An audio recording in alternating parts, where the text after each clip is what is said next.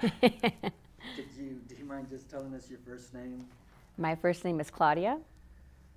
Could you tell us a little bit about your childhood?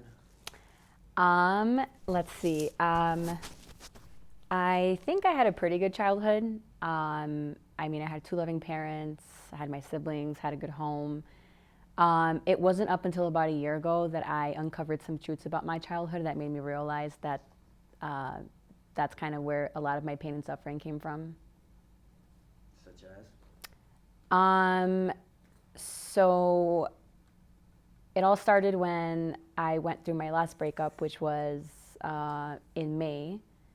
And I kind of asked God or my spirit team, whoever, um, I asked them like, hey, like why does this keep happening to me? Why do I always end up in these like situations that are kind of toxic and not good for me? And so I did some reflecting and I came to the conclusion that I was put down so much as a child that I internalized, what is it, not feeling good enough and not being good enough. And that was a lifelong cycle. And I didn't realize it up until recently. So I've had to unpack that as of last May and retrain myself to think that I am good enough and recognize that.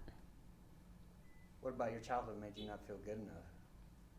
So everyone's siblings pick on them, but mine did it to the extreme where it was like, I would say close to like emotional abuse. So them telling me every day that I wasn't good enough kind of got ingrained into my brain. So growing up, I never felt like I was good enough. What were your dreams as a kid?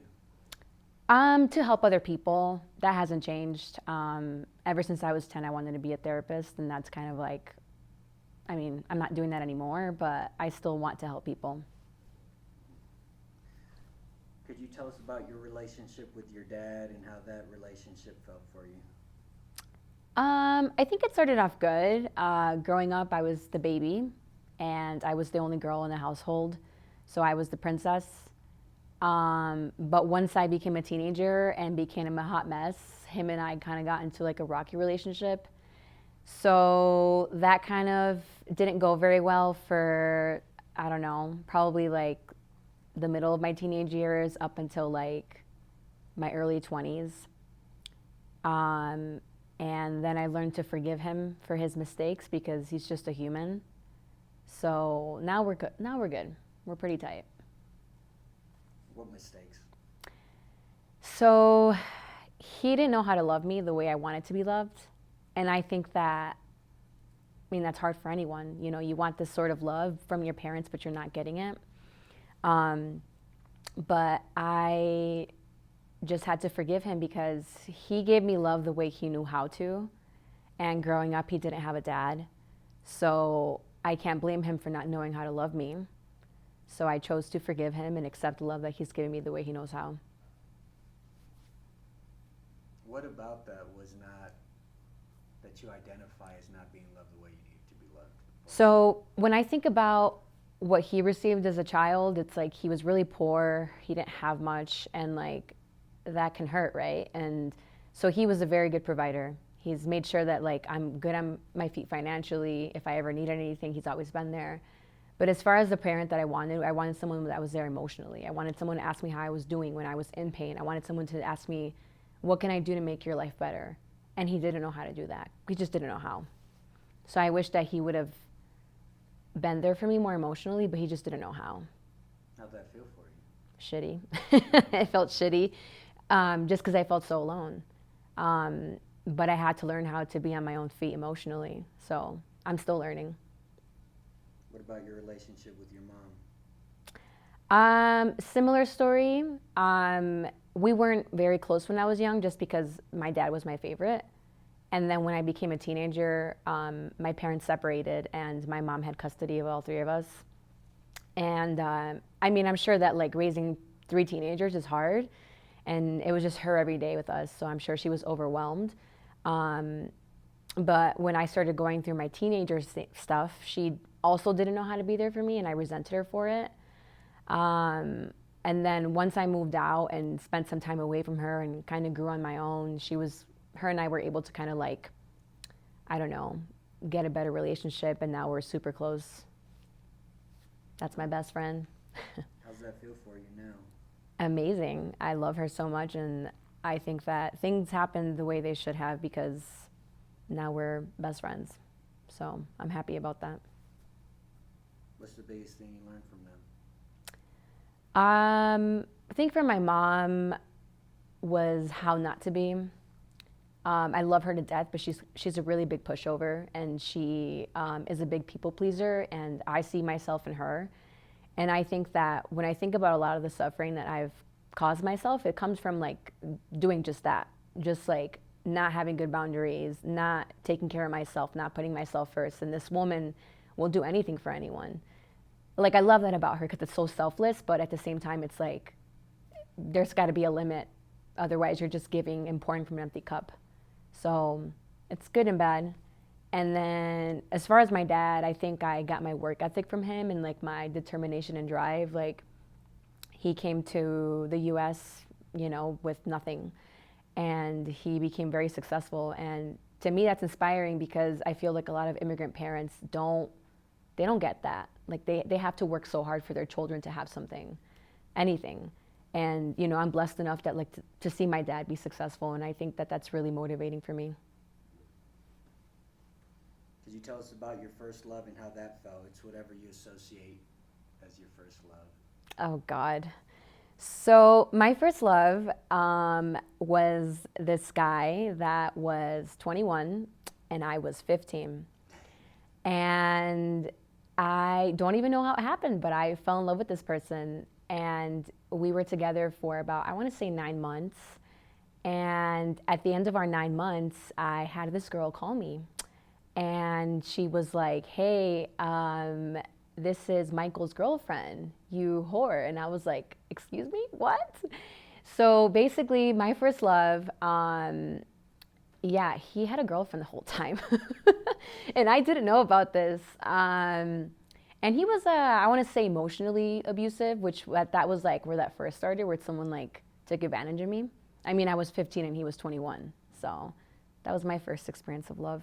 Not a good one. How was that, being 15 and dating a 21-year-old? I thought it was cool. I thought that I was doing something. And honestly, I was so naive. Like, what do you expect someone that young to think? Like, I thought that, like, this person loved me. I was young and I was desperate for love. So I just took whatever I could get. What about your first loss or heartbreak? Same thing, whatever you associate as your first loss or heartbreak. That was it. Yeah. Not only did that absolutely destroy me, like my heart, because I love this person. So the girl that he was dating that I didn't know about went around and like just humiliated me and made me feel like I was like a homewrecker and put out a bad name for me and kind of like ruined my reputation. And that was the beginning of my teenage years. Everyone kind of viewed me as like, the homewrecker and someone that was ruining people's relationships. But really it's like no one took the time to realize that like I didn't know. They just saw like a filthy person. How was that being 15 and being a teenager and trying to process that? So trying to process that then in the moment, if you could describe that. Oh my God, I can even feel it in my chest now. It was agonizing. It was like, and not only did I lose someone I loved, I lost myself. And on top of that, I was so depressed. I mean, I didn't know how to cope with it. So I was like borderline alcoholic. And like, I think the week that we had like broken up, I had alcohol poisoning. And that was just like a complete mess. So it was very painful. It was very painful. And, I had a lot of identity issues after that.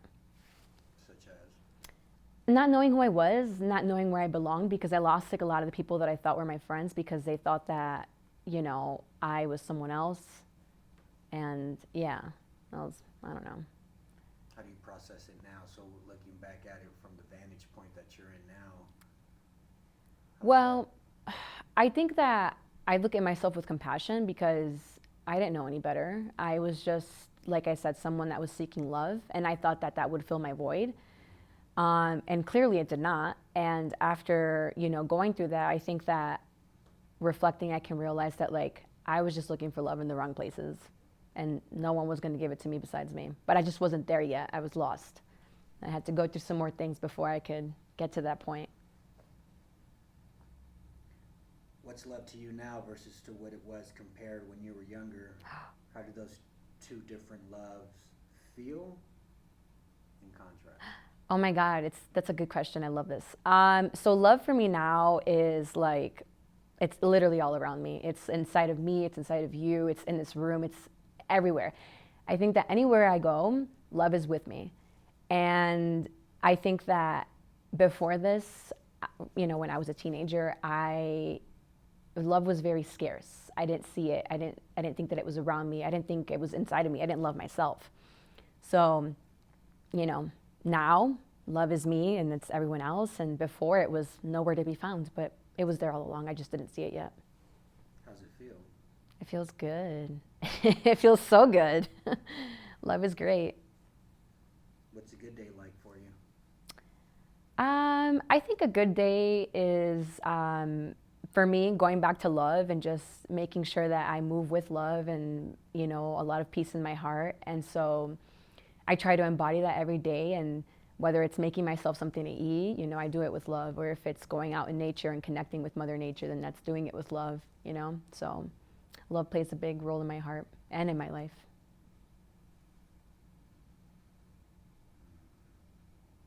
How do you do that, like mechanically? How do you let love, right? How do you lead with love, and what are the intentions you set? How do you do that?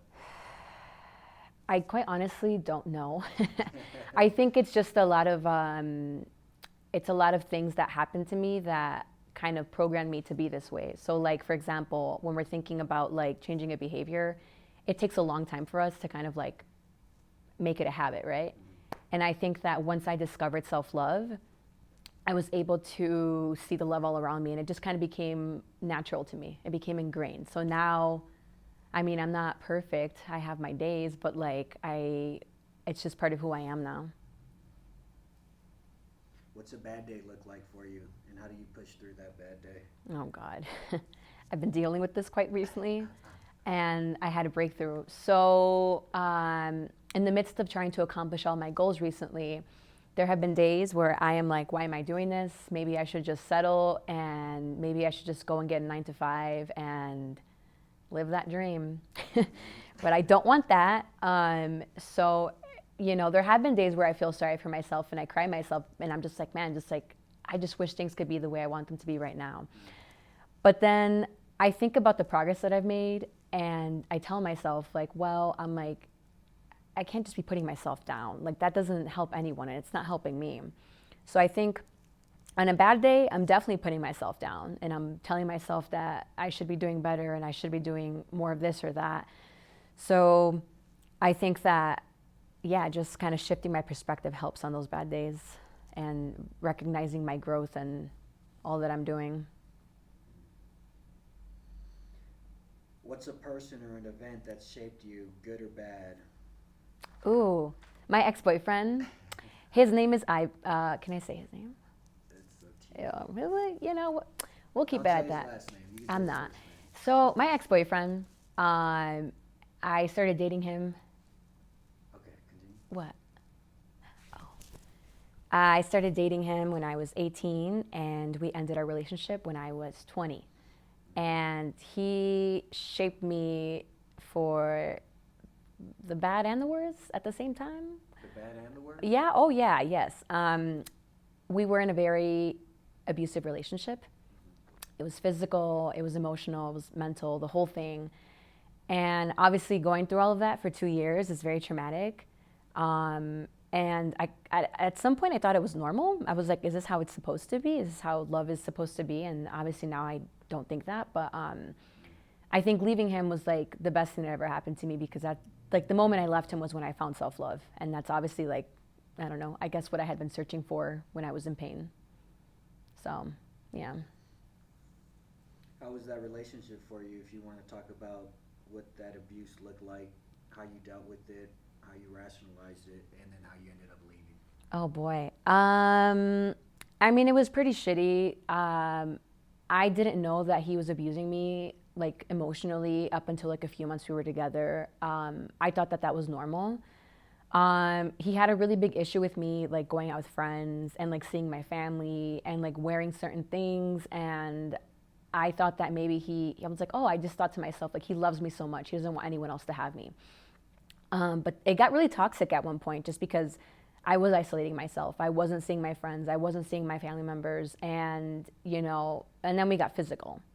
So once that happened, it was just, a shit show. We were very physical with each other. Not only was it just him, it was me too, like if he would hit me, I would hit him back, or we'd get into an argument and I would hit him. It's like, it was just super toxic. But overall, I think that the emotional abuse hurt the most just because he found ways to make me feel like I was crazy, even though the truth was right in front of us. So he would gaslight me like a lot. We used to live together at one point and he would leave for days on end. And like that, I still remember that crippling anxiety of feeling like, where is he? I don't know where he is. Is he like with other women? Like, what is he doing? And yeah, he would just never like not come home and not answer my phone calls, or out of spite, he would tell me that he was doing something super shady. And like, that made me feel really awful. So yeah, that was really awful. And I'm still learning how to like be okay with like relationships and not feeling that anxiety that man caused me. But towards the end, I tried leaving so many times and like he just found a way to reel me back in. He always needed something and I was always there to give it to him because I was like my mom, so giving. And towards the end, we got into a really bad fight over something really stupid, and like he accused me of cheating, which I had never done. And yeah, we got into a really bad fight and he locked me in our room and he would not let me leave until he told me that I cheated on him. And I was just like, well, I'm never going to leave because I've never cheated on you. And at one point, he put the pillow over my face and would not let me breathe. And I remember thinking like, shit, I'm going to die. This guy's going to kill me. I don't know how I got out of that room. I don't remember it because it was just such a intense moment for me. But once I did leave, it was like 6 a.m. and like ran to my mom's house up the street and like I was like crying and I'm like telling her, I'm like, this just happened to me. Like I thought I was gonna die. Like he didn't let me breathe and like he had the pillow over my face. And I never went back to him. He tried calling me and I think like a month later he like called me and he's like crying. He's like, I have cancer. He's like, you need to be there for me. And I'm just like, I don't care. Like, you ruined me and you didn't care. And it's not my job to fix you or be there for you or, whatever.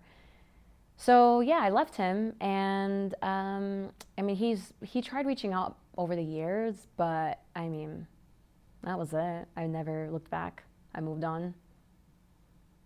How did it feel when you left him? Like I felt like a dog coming out of a cage, just free. And the following week, I had gone up to Madison, Wisconsin for a concert with some strangers. And I remember being there by myself. And like after we had gone to the concert the next day, I took myself downtown. I went to get some ice cream and I just like explored the town. And I remember just crying, like feeling like shit, like I'm free finally. So it was very liberating to leave that person. What inspires you?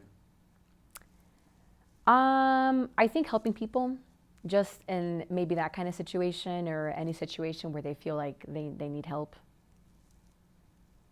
What's been a humbling experience for you? I think that was it. Leaving that person and realizing that there's more to life. For this next question, if you can go in your mind and think, this life event can be mental, physical, or spiritual. Can you tell us about a time in your life that you can relate to the word war?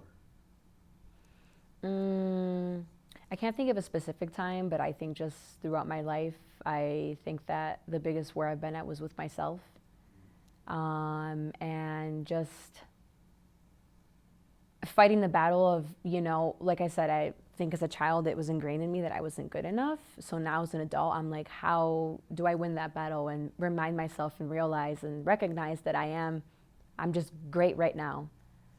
So I think that overcoming that mental battle of like, hey, I'm good enough has been, a lifelong challenge, but I'm getting there.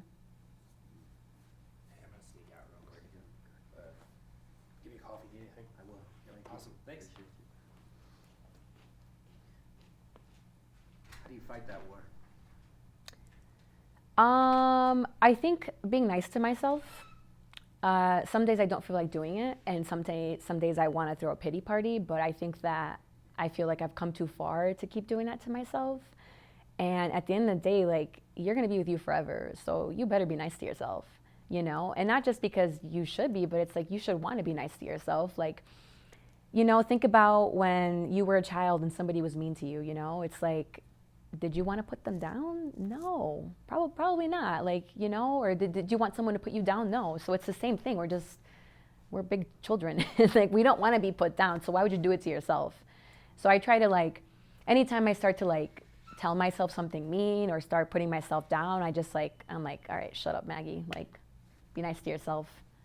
How do you show yourself that besides the verbal talk? What are the actual? I do nice things for myself. I take myself on dates. I go outside in nature. I think that's one of the biggest things for me, just like spending time outdoors. Definitely meditating. That's one of them too. But those are kind of the ways that, like, I show up for myself to be there for myself.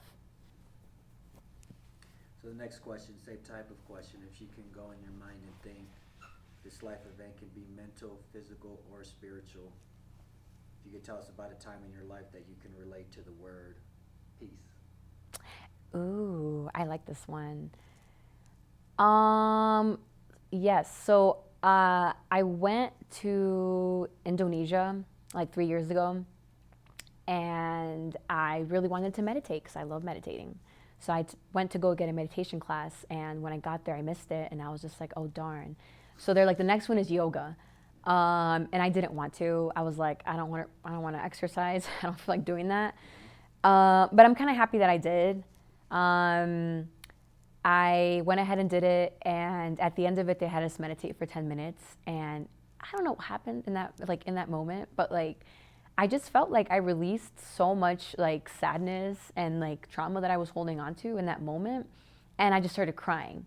But I felt good. I felt at peace. I felt happy. I felt just liberated, and it was a really nice experience for me. Do you still do yoga? No. I still meditate, but yoga's not really my thing. I mean, it's cool. I just would rather exercise in different ways. Could you tell us about a truly difficult time in your life, how it felt, how you overcame it? Let's see here. Which one do I want to share? I guess I'll go back to that abusive relationship. I mean, I already touched on that, but I think overcoming it was just going back to self-love and, falling in love with myself and realizing that, like, I am enough, and kind of, that was like the first obstacle of like believing that I am good enough. But just pouring into my own cup was, I think, like the first component. I think that choosing myself has been very difficult in this lifetime. And it's like, why would you not want to choose yourself? Like, you're going to be with you forever. But yeah, I think that, yeah. Can you go deeper into that? Since I know there's a good amount of, there's different levels that you can, go with that. Yeah, I'll go into it. Yeah. So, I want to say I'm a recovering people pleaser, and I'm trying really hard to learn how to choose myself. But in, for example, my last relationship, I was with that person for about a year, and I think about 3 months into it, I just started getting all this anxiety, and it was like that same anxiety that I felt when I was dating that abusive ex. And I was just like, what's going on? Like, I don't feel right. Like, my gut's telling me something is off. And if there's one thing I've learned, it's like listen to your intuition. It tells you what you need to do. But I love ignoring it for some reason. It's like my talent. And so yeah, I was just kind of brushing it off. I'm like, I feel really shitty, but I'm gonna ignore it. And I said to ask Max. I'm like, hey, is something going on? Like something feels really off between us. And like he denied it, and I was like, all right, cool. And then a few weeks after that, I like went through his phone and I found all these terrible things, and I was just like, really, dude? Like he was like on Tinder and like Bumble and like hanging out with all these girls, and I was just like, I literally just asked you like not to hurt me, I'm like, I've got trauma, and he did it. And I think that was the moment that I was supposed to walk away, and I chose not to. And I think reflecting now, I think it was just like I didn't want to be alone, and I didn't want to choose myself. I wanted to choose someone else. And it's like, I don't think that choosing to seek external love will get you anywhere. It needs to come from you. So anyways, that was a bumpy ride, trying to regain somebody's trust and like still love them. And then a year ago, he met my family, my mom's side of the family, my dad's side of the family. We're doing great. Everything's fantastic. And then this girl calls me. And she's like, oh, Maggie, she's like, I'm so sorry. She's like, but he cheated on you. And it was the girl that he cheated on me with. And I was just like, full of fury. And I was just like, are you serious? Like, I forgave you, and then you still did it. And now you want me to forgive you again? And he denied it still, and then he finally, confessed. But here's where I went wrong. I still gave him my time after that. Like, I wasn't going to take him back, but he was going through a tough time because he cheated on me, and I still chose to be there for him. And it's like, at what point do I have to, not put myself first? You know what I mean? So it's like, it's this ongoing, like, lesson that clearly I have not learned to choose myself. But anyways, I feel like I should have, moved forward after the first incident, and definitely after the second one. But even after the second one, I was still there for his pity parties. And I don't know, I think that just means that I have a lot of boundary work to do, and also choosing myself. So I'm still working on that, and it might take me some time. You know what that feels like? It feels terrible, because now that I'm, at a good place in my life, I look back at like old Maggie, and like I almost feel sorry for myself, and I don't want to, but I'm trying to forgive myself, because it's like the most valuable thing in my life is me. And I consistently do things that don't show that. When you have a partner and they're not consistent with their actions and you get pissed off, I'm doing that to myself. And it's like, why are you like this? But I'm trying to be compassionate and understand that, like, I'm human. I'm obviously very giving and have a big heart, and like that can get me in trouble. So I think that I'm learning how to set better boundaries for myself and just be more forgiving. And it's really hard, but I need to be patient with myself, because like, What exactly of yourself do you need to forgive? Specifically. How do I? Not choosing myself. And, I've dealt with a lot of anger over that the last few months, and just being like, there's so many things that I could have done differently, and I get mad at myself for that. When I think about the last few months of my life and all the goals that I've wanted to accomplish and everything I've wanted to do, and it's going great now, but I'm like, where would I be right now, like emotionally and like with everything else, if I would have, just said no to the people that were bad for me and just focused on myself. So I'm trying to just forgive myself for not choosing me.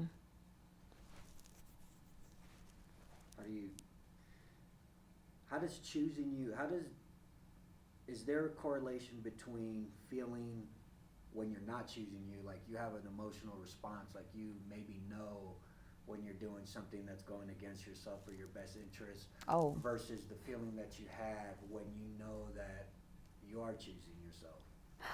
Yeah, I know. I actually do know the feeling, and I ignore it. Um, it almost feels, this is gonna sound really terrible, but it feels like a thrill to do the wrong thing. And that's so wrong, you know, but because I should be doing the right thing.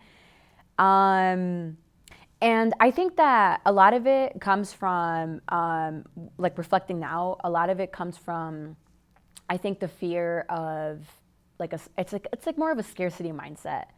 Like, will I get the chance for someone to love me again? Like, that sounds so ridiculous even saying it out loud. You know what I'm saying? It's like, of course I will. I'm amazing, you know? But like, I forget that. And I think that like, I should remind myself that. But I think it's all coming from a scarcity mindset. Like, will I ever get this again? And it's like, yes. But, so I'm working on that. I mean, because we're abundant, so abundant. But it can be hard to remember that when you're in that mindset. How do you think that reconciling with, you know, your upbringing and, you know, those initial, I guess, moments that led to certain self-beliefs, like how do you go back into those moments, right? Those initial hurts. I feel the initial hurts hurt the most. So you had that hurt, really the first time you had it hurts. Like it's the most impactful and it can change the way you move forward. So how do you go back into those places and make peace with that and then build? This is really hard for me because I just realized that, you know, those first initial hurts from when I was a child, I just realized that, you know, about a year ago.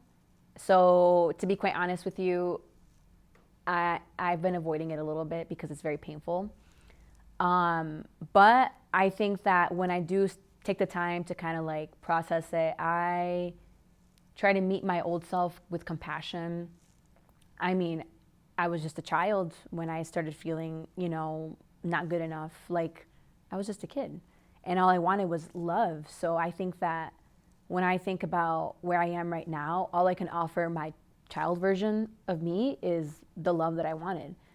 So that's kind of where I meet my old version and kind of move forward with a lot of compassion and you know, not maybe a little bit of sympathy, yeah. What about with the people who maybe hurt you? How do you move with compassion towards them in those moments in the past? I honestly don't know if I do. I try to, but you know, when someone destroys you, it's kind of hard to look at them in the eye and be like, oh, it's okay, you know, because I did that so much when I have these people in my life. And it's like, how do you accept it with peace? I just try to move forward. And when I was in those situations at the time, I can see where they were at too and try to meet them with, you know, I mean, it's like hurt people, right? It's like they have their own thing going on. This is why they are the way that they are. But I just try to like put it in my past and like not look back. It's like, I don't want to dwell on my past either. I just kind of want to accept that like we're all human. We all make mistakes. And unfortunately, sometimes those lessons you need to learn are at the expense of, you know, people's trauma. And that sucks. And I've been that person for plenty of people. But I have decided to kind of put it in a box and lock it away and say goodbye to it. Just because I don't want to dwell on those things. And I just want my life to be more peaceful. And I want it to stay that way. What's the happiest moment in your life?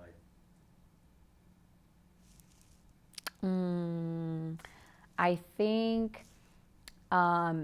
think definitely that moment when I had left my abusive partner and I was in Madison, Wisconsin, eating ice cream, and yeah, I was just full of bliss and I felt so free. And I mean, that was the first moment that I like loved myself. It was like in that moment, I was like, holy shit, like I'm so amazing. Like I had never felt that way before. You know, when you fall in love with someone and you're like, wow, they're so amazing. I finally got to feel that about me. And I was just like, my entire life, I didn't know what this was like. Like everyone told me, you need to love yourself. And I was just like, what the fuck are you talking about? Like, what do you mean? What do you mean love yourself? Like, I don't get it. And now I do, you know, it's not like a linear journey where it's like, oh, I love myself all the time and more each day. But, you know, it definitely started there, and it's been good. What keeps you up at night? Oh God. I think just worrying about the future and like thinking if I'll ever meet my goals. And it makes me really anxious, but like I try and remember that like I'm doing good. So just that like positive self-talk, like I'm doing good. What keeps you going every day? Um, I think my drive to make the world a better place, I know it sounds cheesy, but like my passion is helping people, and I've always known that. So I think that achieving my goals will get me there. So ideally, once I am able to travel full time, I really want to give back to people, and I just want to make an impact. I know that when I've been having a bad day and like a stranger or just someone in general does something nice for me, it really does make your day better. So I want to be that person for a lot of people. So that's my drive. Imagine you're in the hospital today with only hours to live. What would be your regrets, if any? I think my regret would be not choosing myself. But even then, I think of some of my regrets like as in like half regrets. So I regret half of it. The other, I don't regret it, just because I think that with a lot of the times that I didn't choose to love myself first, a lot of it taught me something, and it was so valuable. So it's kind of like, well, if I hadn't gone through this experience, then I wouldn't be who I am today. And I think that like a lot of the things we go through are really terrible, but like they're also like pillars, they kind of build on each other and help shape you and form you to who you are. So I think that they're so important. So, oh my God, my ADHD. Can you rephrase the question again? What would be your regrets? If any, yeah, I guess, part of it not choosing myself, but that's kind of okay. And then the other one would be, like if I was to die tomorrow, I'd be really sad that like I didn't get to help more people. Maybe not regret it, but like just sad that I didn't have more time to like live my dream of doing that. So you're alive and well. Yes. With those regrets that you just mentioned, do you feel you can change, be at peace, or make amends with those? Yeah. I think I'll be okay. I think that I have this like idea that like I'll only be accomplished until like I am able to help all of these people. But when I reflect on like everyone that I have helped so far, like it's been a lot of people. So I think that that's where I can make peace with like my purpose here. I've done it. I just want to do it more. Tell me what your dreams were as a kid. What are your dreams now? My dream as a kid when I was 10 was to be a therapist. And, then as an adult, I went to school and I got a therapy job and I started my bachelor's in psychology. And I didn't like it.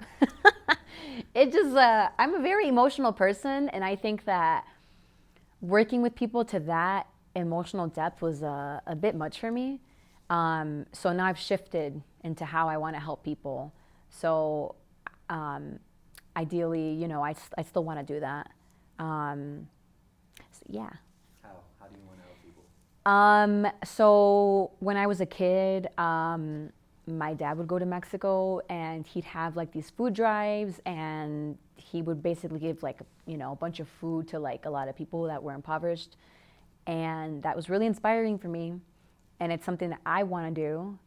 I don't know how yet, but it's definitely part of my dream. And like, I'd love to like travel like all over like South America and just honestly everywhere in Latin America and like give back to communities. Like, in America, we're so privileged. Like we have a lot. We have a lot, and then when I go visit like, countries that are not like America, you see like the reality of a lot of people, and it's really sad, and it's honestly very humbling too.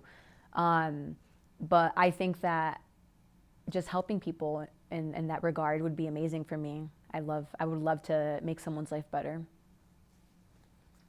You're the co-author of your life story. What's your picture perfect ending? And it's not the end. It's just how's it like see. Ooh, so adding on to what I was just talking about, my picture perfect ending would be me doing just that, being able to travel the world and give back to other people and like, you know, learning about them and what they've been through and, you know, what can I do for you? But that's honestly my dream, just to be able to make a difference in the world and give back to other people from my heart. Like that's so great. I can't wait.